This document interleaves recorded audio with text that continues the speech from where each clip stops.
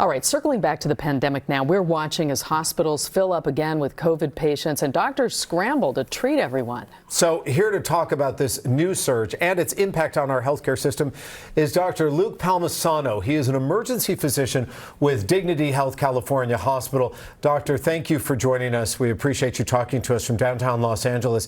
And take us inside of your hospital right now. What exactly are you seeing?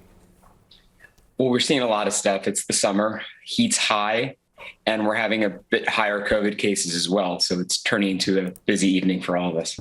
So when you talk about an increase in COVID patients, how serious is that increase? And can you tell us how many of the patients who are coming into the hospital have been vaccinated? I would say primarily most of them are unvaccinated. There's very few breakthrough cases, and they're generally not very ill. Meaning the people that are requiring hospitalization and oxygen and intensive treatments are usually the unvaccinated. Doctor, we've been tracking with hospitals all across the country, right here in California, an uptick in hospitalizations among young people. Are you seeing that as well? Absolutely. What kind of age bracket are we looking at? Young, 20 to 30, more so than the last round. So what should people do if they start feeling symptoms? Are things different with the Delta variant? Do they need to get to the hospital quickly, or what's your advice on that? Well, that's a great question. So generally, based on how you feel, if you're feeling very, very bad, absolutely come to emergency department.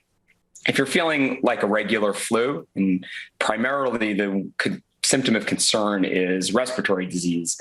So if you're feeling like you can't breathe, profound fatigue, that's something to come to the hospital.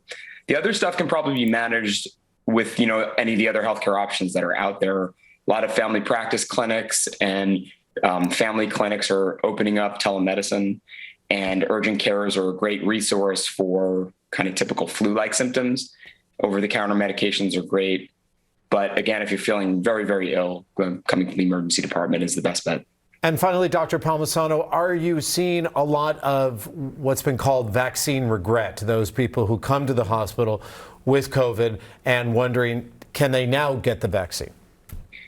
Yeah, it's a sad question when they get it, and it's arguably too late. Although when they make a full recovery, native natural type COVID immunity plus the vaccine has been shown to be the best protection against both the Delta variant and the future variants. So people who have recovered should still get the vaccine because that adds a whole nother layer of protection. All right. But important advice. You cannot get the vaccine while you're ill, unfortunately. Yeah, of course. All right. Well, Dr. Palmisano, thank you so much for your time. We do appreciate it. Thank you for having me. Very welcome.